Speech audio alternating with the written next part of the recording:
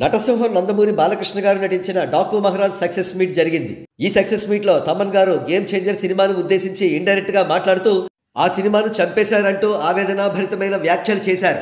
ఆయన వ్యాఖ్యల గురించి చర్చించుకోబోయే ముందు ఒక్కసారి గేమ్ చేంజర్ చిత్రాన్ని ఎలా కిల్ చేశారో అనే బ్యాక్ డ్రాప్ లోకి వెళితే, గేమ్ చేంజర్ ను చంపేయడానికి ఏకంగా ఒక సిండికేటే రంగంలోకి దిగింది. 45 మంది సభ్యులతో కూడిన ఈ కులగజ్జిగాళ్ల ముఠా సినిమా రిలీజ్ అయిన మొదటి రోజున గేమ్ చేంజర్ పైరసీ ప్రింట్లను లీక్ చేసేసింది. వాట్సాప్ గ్రూపుల్లో ఈ పైరసీ ప్రింట్లు దర్శనం ఇచ్చాయి. యూట్యూబ్ ఛానల్లో గేమ్ చేంజర్ హిందీ వెర్షన్ను మొదటి రోజునే అప్లోడ్ చేశారు. ఒక పచ్చ పార్టీకి చెందిన కేబుల్ టీవీ ఓనర్ కూడా కేబుల్ టీవీలో గేమ్ చేంజర్ సినిమాను ప్రదర్శించాడు. ఇటీవలే అరెస్ట్ అయ్యాడు కూడా. ఇంకా దారుణమైన విషయం ఏమిటంటే, ట్రావెల్ బస్సుల్లో కూడా గేమ్ చేంజర్ చిత్రాన్ని ప్రదర్శించారు. ఈ నేపథ్యంలో గేమ్ చేంజర్ నిర్మాత లేదా నిర్మాతకు అత్యంత సన్నిహితుడు అని చెప్పబడుతున్న వ్యక్తి యొక్క ట్వీట్ సోషల్ మీడియాలో వైరల్ అయింది. ఒక హీరోని డౌన్ చేయడానికి ఇంకొక హీరో 2.5 కోట్లు ఖర్చు పెట్టాలా?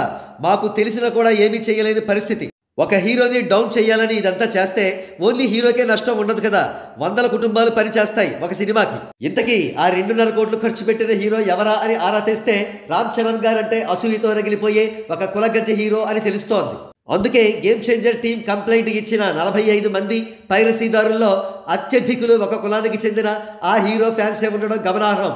చివరకు ఒక పిఆర్తో సహా.